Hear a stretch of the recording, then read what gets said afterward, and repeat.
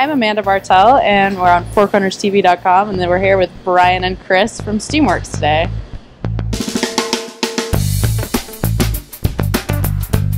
Steamworks is a very successful Durango brew pub, but its first days were subject to a little suspicion as to what was really going on.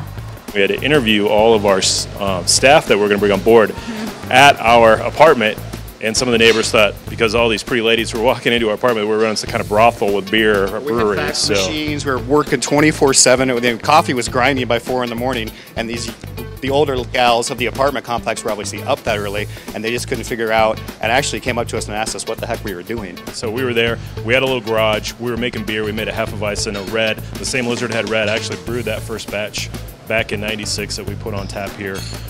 We did a stout right away.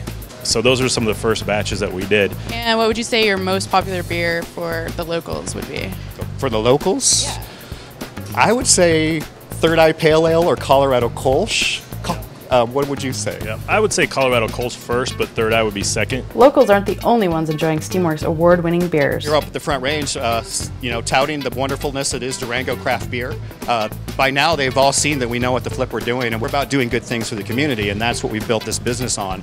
Was we've come from small towns. We grew up in Greeley, Colorado, like Chris said, in the restaurant business, and the beer thing makes it fun. Giving back to the community makes it even better, and that's why we're still here, I really believe. Steamworks is very involved in community outreach, and it all started with a desire to serve something tasty. Your very starting beers, how did those become your starting beers? We tried to build a kind of a portfolio, if you will, of beers that had a broad appeal. We had something hoppy, something sweet, something light, something dark, and then we kind of expanded out from there. So those were the original ones. We were able to really expand out from there with what we do, and people are understanding beer styles more and more now across the country, which is great. So it's been fun to start with that original palette and then really expand out from there.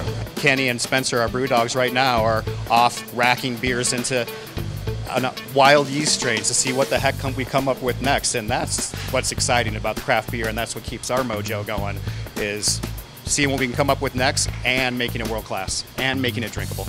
Sounds amazing. It's a lot of fun. I'm anxiously awaiting these beers. Watch how fast.